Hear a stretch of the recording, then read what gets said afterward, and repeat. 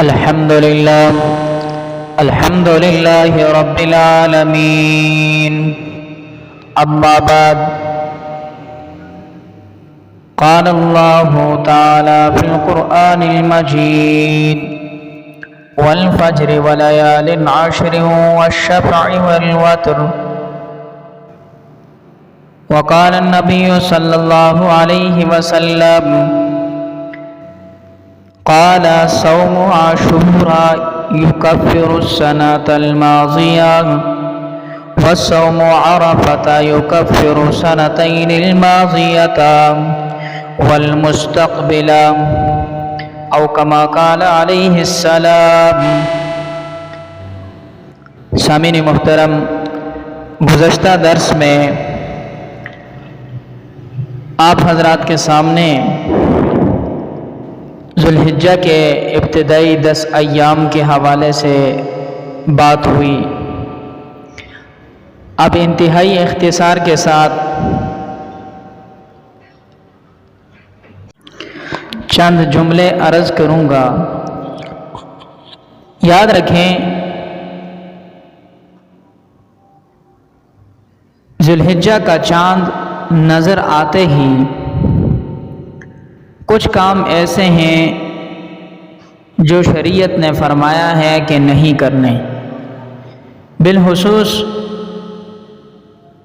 بال اور ناخن کاٹنا، یہ اس شخص کے لیے جس کی قربانی ہو، یعنی جس نے قربانی کرنی ہو، اس کے لیے درست نہیں ہے.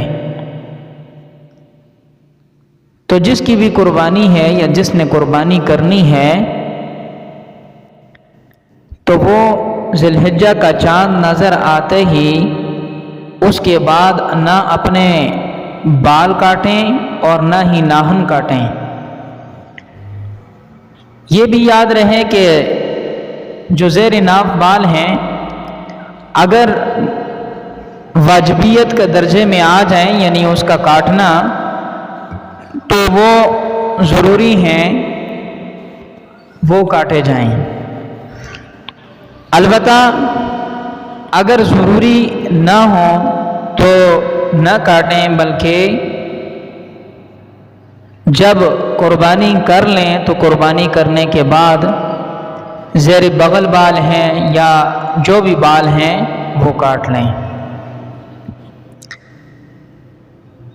بہرحال اس کے ساتھ یہ مسئلہ بھی سمجھ لیں کہ چونکہ ذوالحجہ کے جو ایام ہیں انتہائی فضیلت والے اور عظمت والے ایام ہیں، تو اس میں اس بات کا بھی خیال کیا جائے کہ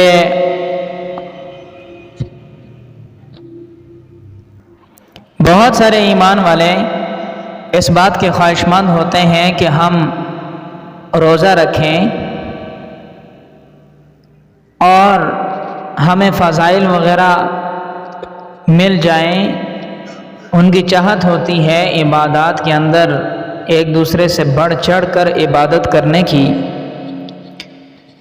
تو ان کے لیے ان کی خدمت میں عرض کر رہا ہوں کہ ذوالحجہ کے ایک دن کا روزہ فضیلت کے اعتبار سے 1 سال کے روزوں کے برابر ہے. اسی طرح حدیث پاک کے اندر آیا ہے، عرفہ کا روزہ یعنی 9 ذوالحجہ کا روزہ 2 سال کے روزوں کی عبادت کا ثواب ہے، اور 2 سال کے گناہوں کا کفارہ ہے. یعنی